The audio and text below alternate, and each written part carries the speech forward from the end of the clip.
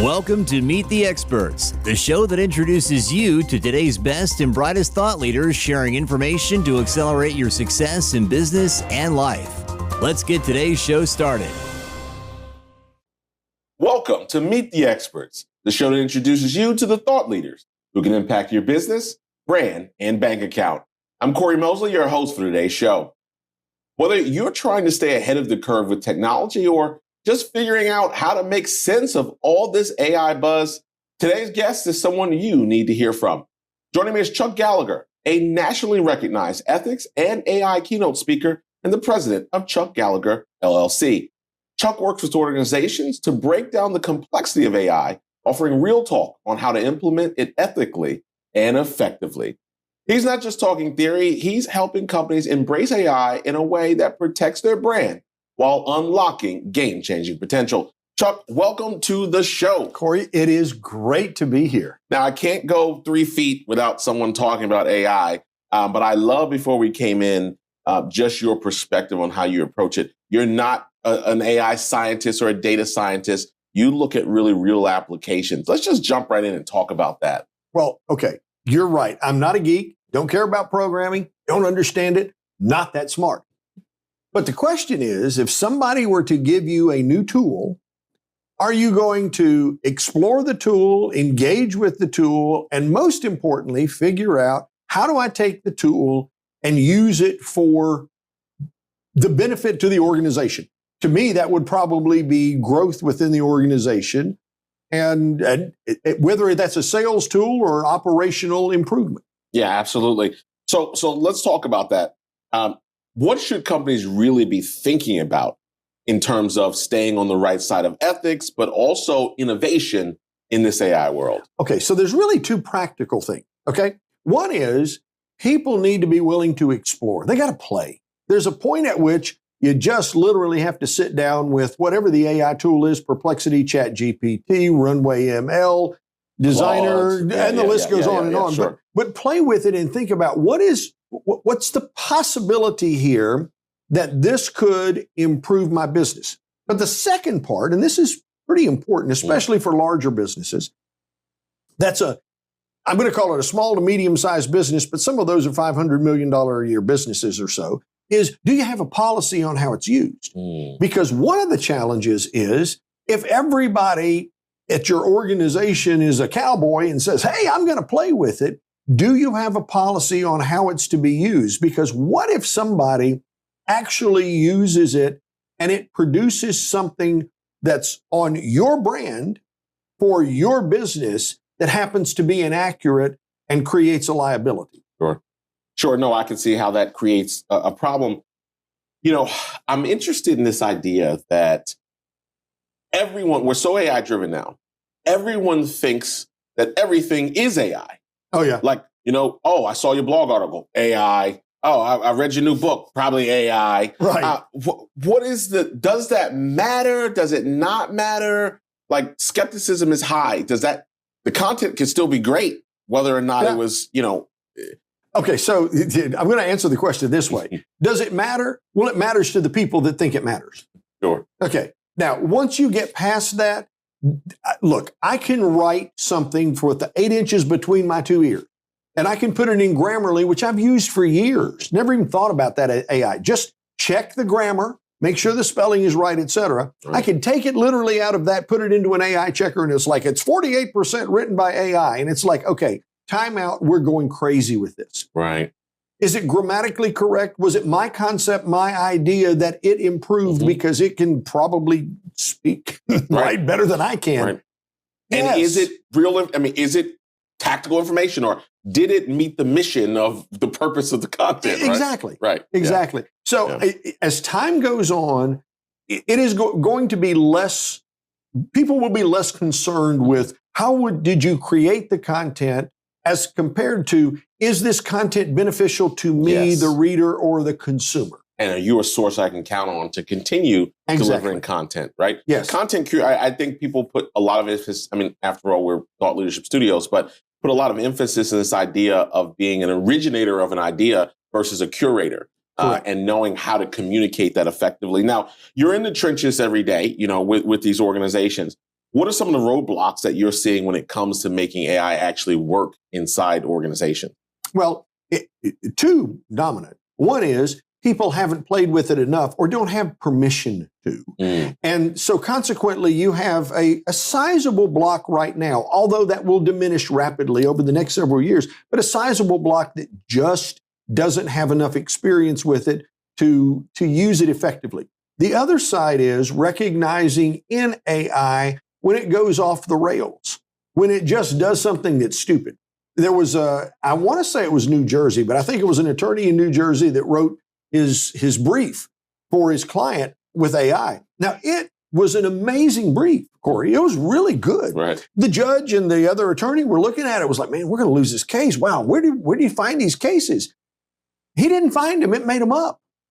Made the case up, made the citation up, looked really good, but it was just fake. It was all a hallucination. It was a damn good hallucination. That is a great story. Ethics speaker would know, right? Ethics AI speaker would know. Could cost a little bit of a problem. I think the client came out okay because they sued him for malpractice. Right, but, you know, the reality is sometimes it's just not 100% on track. So you need to read and think through it and say, is this helping to advance the cause legitimately? Yeah. I remember a time, you're talking about not allowed to. I remember a time, you probably do too, when organizations blocked social media. Oh, yeah. They paid to install software to block social media sites and YouTube, and you couldn't do any of that inside an organization. Now we're begging our salespeople to get on TikTok and to do those things. So I think you're completely right. Just the evolution has to happen in terms of how people engage.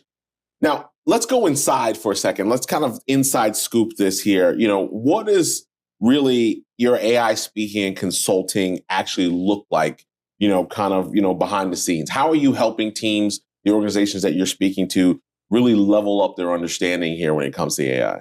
Well, if I'm speaking to an organization, the differentiating factor is I go live. So we'll have 15 minutes of let's figure out the context, and then we're going to go live. And the reason for the live interaction with an audience is the objective is to get the audience comfortable enough that they recognize, okay, it's not the boogeyman. I can actually work with this, and I can learn to experiment and play. Now, outside of that, then in many cases that leads to consulting engagements where we're actually going into the organization and saying, okay, now let's put together a really practical plan on how you take your organization from where you are to where you want to be. And I will say this, those organizations that embrace AI and do that will rapidly advance past those that are sitting on the fence or not taking action. And the problem with the ones sitting on the fence and not taking action is they won't know that they have been blown past until it's too late, and they won't be able to catch up. Yeah, I always say, you know, from a business perspective, you know, it's death by 1,000 cuts. There's usually not one significant, you know, if you're a restaurant owner, if the raccoons start falling in the ceiling, you might be out of business tomorrow. But for most people, the guests, you know, it's slowly, and then you wake up and realize all your business is gone. So absolutely, it's not paying attention. I think you just led into kind of where I wanted to go next, which is, you know, why is this the moment for companies to really stop sleeping on, you know, AI?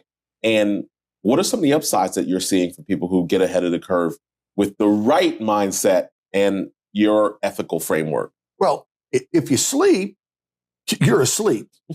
And you know, I'm you not simplified that so well. Yeah, I did. I mean, you know, sometimes you're good at this. The pontification is really quite amazing, you know. Right. I've often said I'm not a smart man. I feel like Forrest Gump. So that was one of those moments. I have heard you say that before. Yeah. But if you're sitting there sleeping and somebody else is out and they're outworking you, in many cases, you can't see the fact they're outworking you. And then the next thing you know, you're like, well, why am I not getting the business? And why is this other organization getting it? Well, they've been working for the past year and a half, 2 years, or et cetera. And it is not that you can see it. It's not brick and mortar. Oh, they're building this building to compete or whatever. Yeah. We live in a digital world. So the more we can be found by our customers, the better our business is going to be. So I can outwork the competitor. Right. Now, critically important to do that. So you don't want to be asleep at the wheel. And the other side is, people who look at it and say, hey, this is an interesting tool. Let me see where I can go with it.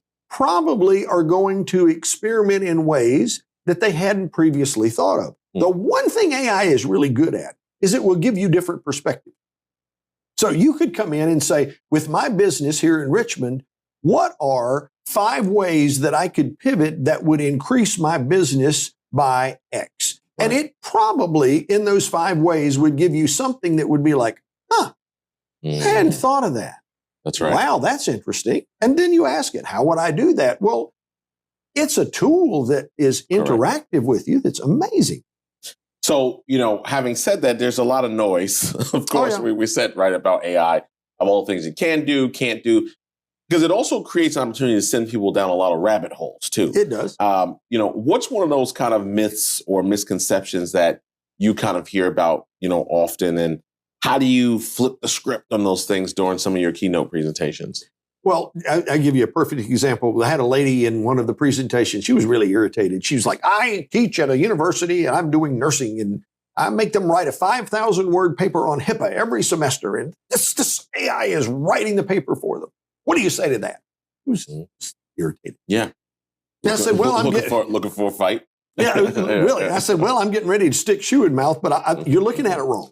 And that just really fired her up. Well, how am I looking at it wrong? Here's my question before you get there. Yeah. Did you physically pull? I've seen you pull the shoe off. I did pull the shoe off. Yeah. Okay. I don't want to give away your material, but I love it. It was fun. Yeah. It's great for an audience. But go ahead. I'm sorry.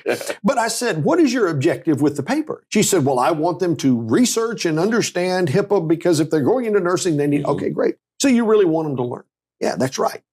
Okay. Now, how many students per semester? 125. You mean you've got to read 125 5,000-word papers? Holy moly. She said, yeah, it's really tough. Let's have a moment. You want them to learn. Now, if it was me, when I was in college, I'd go to the library, a place where there were really paper books, and you had to flip through the pages. It was very time consuming. If you went 5 years ago, it was Google. Now they do it in ChatGPT, and that's irritating. That's right. They're cheating. I said, okay, I'm going to offer a suggestion. She said, what is it? I said, here's what I want you to do. Tell them to write the paper. Okay? And let them turn it in and let them leave. And then take all the papers, take them home, put it in a recycle bin. Drop it off on the way. Don't even read them. And she looked at me like I was just crazy. I'm sure. And I said, okay, now, when they come back, said, I've read your papers. Here's what we're going to do. Take a piece of paper, number it 1, 2, 3, 4, 5, just one piece of paper. You could even pre-print it for them. Amazing. And then tell them, what 5 things did you learn from writing your paper? And then grade them on that. Grade them on that. Because here's the thing. I have never used AI that I did not learn something. It taught me something I didn't even think to ask about, which is, wow, that's really cool. So if little Johnny, because everybody calls him little Johnny, right. If little Johnny didn't read the ChatGPT paper, he don't know what to write down. Little Johnny gonna get an F. But I don't care if they got it from the library, Google, that's right, or if ChatGPT wrote it. If they could write down 5 things they learned from how they created that paper, you win, they win, and the people that cheat get an F. And it was this revelatory moment. Yes. It was like, I hadn't thought of it that way. We have to rethink what it does and how we can use it effectively without saying the tool is bad. Wow. Chuck, perfect ending to a great conversation. I appreciate you stopping by and sharing this with us today. And this is definitely something people need to be paying attention to on the ethical side, particularly with you. Cory, it has been great visiting with you. Thank you so much. It's my pleasure. For more information on the services that Chuck Gallagher provides, please visit chuckgallagher.com. This has been another episode of Meet the Experts, the show that introduces you to the thought leaders that can impact your business, brand, and bank account. I'm Cory Mosley, and I will see you next time. Thanks for watching Meet the Experts, an exclusive interview series produced by Thought Leadership Studios.